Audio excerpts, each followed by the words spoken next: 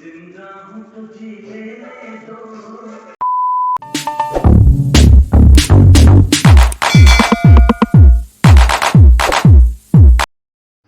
Hi everyone, आपका बहुत बहुत स्वागत है मेरे न्यू वीडियो में।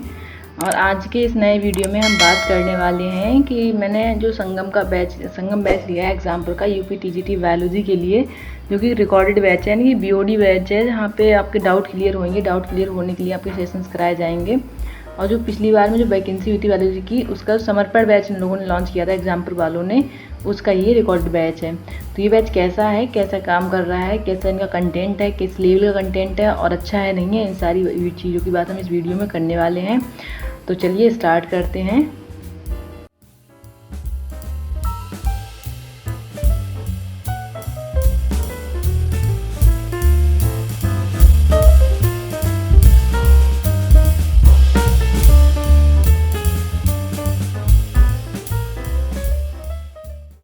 क्योंकि ये ब्लॉग मैंने अपना किया शाम में, मतलब ये वीडियो मैंने अपना वीडियो सारा रिकॉर्ड किया है। तो मैं शाम में खाना बना रही, तो मैं उसे रिकॉर्ड कर रही थी।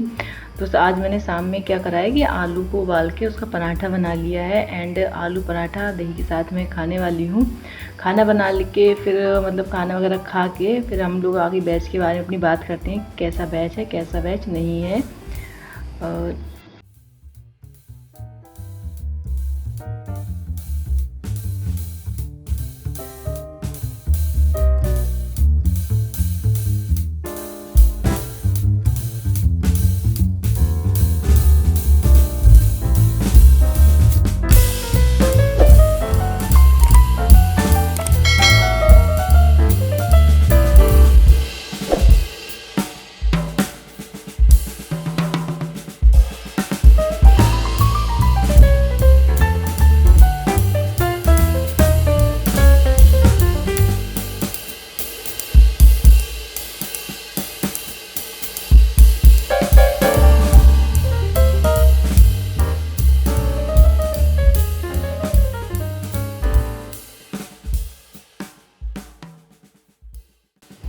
खाना रेडी हो चुका है और खाना बनने के बाद से अब मैंने टीवी चला लिया है। टीवी में भी कुछ एक मतलब चीज़ चल रही है, तो उनको भी साथ में देखते जा रही हूँ, खाना भी खा रही हूँ। होता क्या है ना कि जनरली पूरा दिन हम स्टडी में बिजी रहते हैं, तो हमें टाइम ही नहीं मिल पाता है कि हम कुछ अपना पसंद का कर पाएँ। अपना मतलब जो मेरे पसंदीदा सॉन्ग्स वगैरह रहते हैं वो मैं जब खाना बनाती हूँ या फिर खाना खा रही हूँ तभी सुनती हूँ। इससे क्या होता है, थोड़ा माइंड फ्रेश हो जाता है। माइंड मतलब पूरा टाइम भी पढ़ाई में रहते रहते भी एक तरीके से दिमाग थक जाता है, एक ऊब सी लगने लगती है कि अरे अब पढ़ाई नहीं हो पा रही है, अब बहुत थकान हो गई। तो उसके लिए मतलब थोड़ा एंटरटेनमेंट भी ज़रूरी है।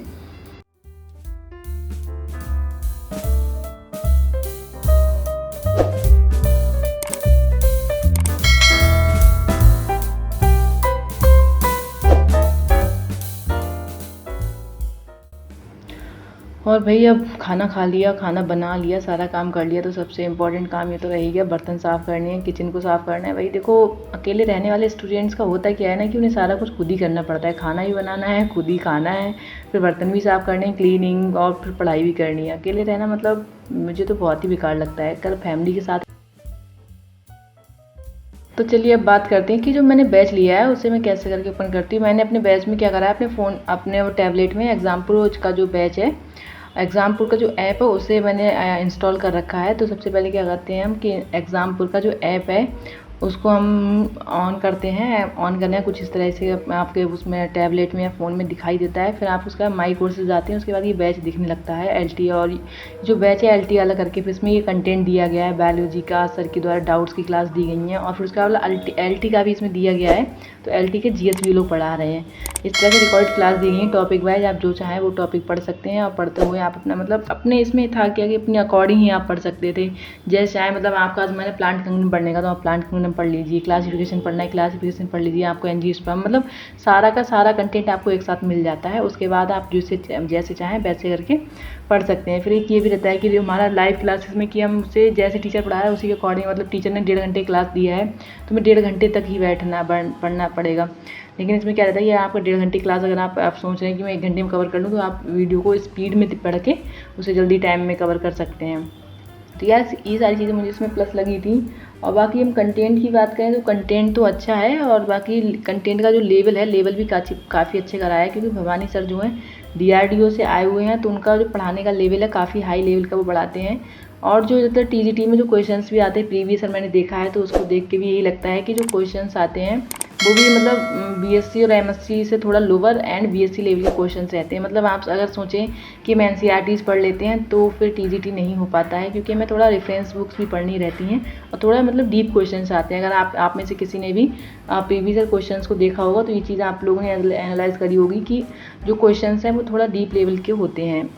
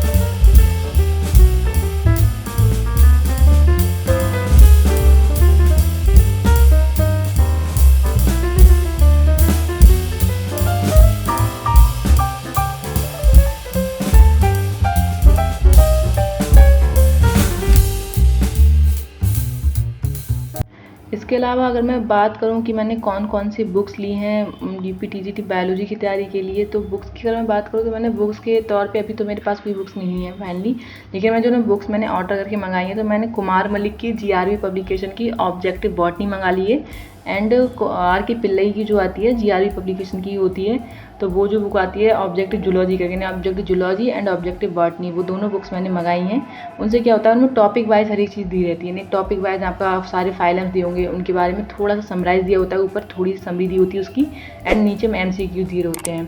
तो उससे क्या होता है, आपकी मतलब एक अच्छी सी प्रैक्टिस हो जाती है और आप टॉपिक को उसका एक तरीके से बोलते हैं ना कि शॉर्ट फॉर्म में जिस्ट मिल जाता है उसका, जिससे क्या होता है आप कम टाइम में ज़्यादा अच्छे से कवर कर लेते हैं। और बुक से क्या होता है कि आप उसकी डीप नॉलेज ले पाते हैं। तो बुक्स एंड प्रैक्टिस दोनों कंपलसरी है, क्योंकि मैंने ये बैच लिया तो मैं इसके थ्रू पढ़ती हूँ, नोट्स बना रही हूँ, और बाकी जितनी मुझे बुक्स मिल जा रही हैं वो उन सारी बुक्स को अरेंज करके उन्हें पढ़ती हूँ। उसके अलावा इसके बाद RK पिल्लई वगैरह जो बुक है इनसे प्रैक्टिस करती हूँ, क्योंकि ये बुक्स का क्या था कि ऑनलाइन भी नहीं, जो PDF फॉर्म में भी कहीं नहीं मिल पा रही, तो मैंने फिर इन्हें ख़रीदना ही सही समझा है, तो फिर मैंने इन्हें मंगा लिया है।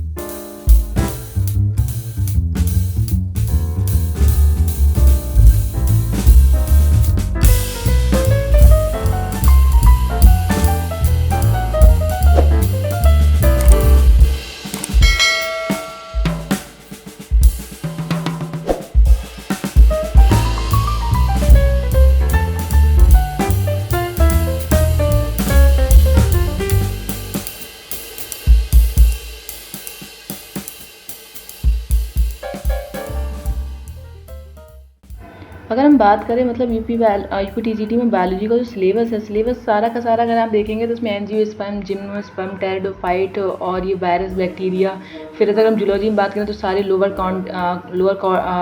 जो वर्टिब्रेट और इनवर्टिब्रेट टोटल पढ़ना है, फिर सेल बायोलॉजी पढ़ा हो गया, मॉलिकुलर बायोलॉजी हो गया, और हमारी बायोकेमिस्ट्री हो गई, फिर उसका फिजियोलॉजी होगी, प्लांट फिजियोलॉजी, एनिमल फिजियोलॉजी, ये सारा पढ़ना है। यानी कि सिलेबस बायोलॉजी का अच्छा खासा है, तो उसे कवर करने के लिए क्या है कि हमें हार्ड वर्क बहुत करना पड़ेगा। Per day minimum 6 to 7 hours तो पढ़ना ही पड़ेगा। अगर आप इससे कम पढ़ पाएंगे तो फिर एक चीज़ ये रहेगा ना कि लास्ट टाइम एग्ज़ाम भी हमारा अक्टूबर-नवंबर तक हो जाएगा, तो उसमें उस टाइम में क्या रहेगा कि हमारे पास एक हमारे मन में ये चीज़ रह जाएगी कि टाइम भी था लेकिन हम उस चीज़ को प्रिपेयर नहीं कर पाए। तो टाइम देना बहुत ज़रूरी है।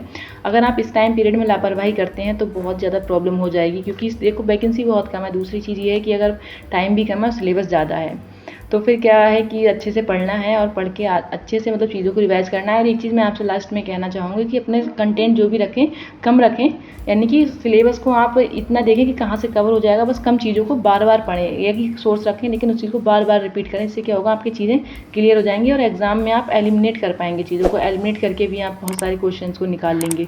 तो ऐसे करके मैं बहुत ज़्यादा सोर्सेज में नहीं जा रही। मैंने जो ऑब्जेक्टिव जूलॉजी एंड बॉटनी की बुक्स है वो मंगा रखी हैं।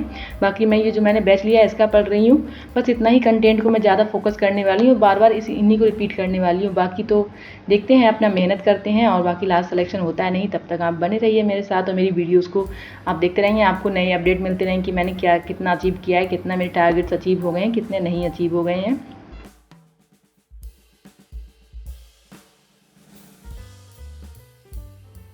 और इसी के साथ आज का वीडियो यहीं पे समाप्त करते हैं और मिलेंगे दोबारा फिर दूसरे वीडियो में। तब तक के लिए स्वस्थ रहिए, हंसते रहिए, मुस्कुराते रहिए और पढ़ते रहिए। Thanks for watching and don't forget to subscribe my channel.